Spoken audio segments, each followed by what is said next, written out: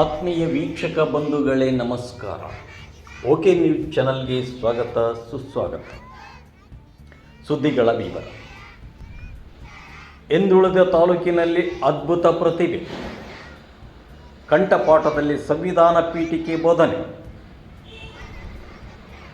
1ನೇ ತರಗತಿಯ ವಿದ್ಯಾರ್ಥಿ ಸಂವಿಧಾನ ಪೀಠಿಕೆಯನ್ನು ಕಂಠಪಾಠದಲ್ಲಿ ಸ್ಪಷ್ಟವಾದ ಉಚ್ಚಾರದೊಂದಿಗೆ ಬೋಧನೆ.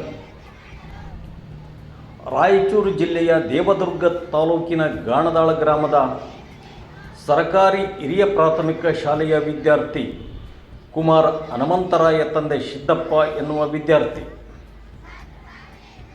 ಸರ್ಕಾರಿ ಶಾಲೆಯಲ್ಲಿ ಇಂಗ್ಲಿಷ್ ಮೀಡಿಯಂಗೆ 1ನೇ ತರಗತಿಗೆ ದಾಖಲಾದ ಮಗು. ಸಂವಿಧಾನ ಪೀಠಿಕೆಯನ್ನು ಶಾಲೆಯ ಆರಂಭದಲ್ಲಿ ಬೋಧಿಸುವಾಗ ಕಂಠಪಾಠದಲ್ಲಿ ಬೋಧಿಸಿದ ವಿದ್ಯಾರ್ಥಿ.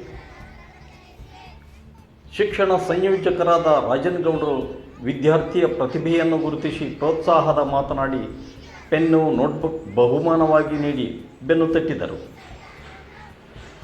ಹಿಂದುಳಿದ ತಾಲೂಕೆಂದು ಗುರುತಿಸಿದ ದೇವದುರ್ಗ ತಾಲೂಕಿನಿಂದಲೇ ಅದ್ಭುತ ಪ್ರತಿಭೆ ಹೊರಹೊಮ್ಮಿರುವುದು ಮತ್ತೊಂದು ವಿಶೇಷವಾಗಿದೆ.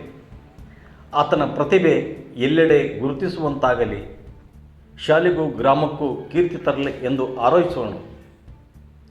ಸದಾ ಓಕೆ ನ್ಯೂಸ್ ವೀಕ್ಷಿಸಿ, ಪ್ರೋತ್ಸಾಹಿಸಿ. ಧನ್ಯವಾದಗಳು.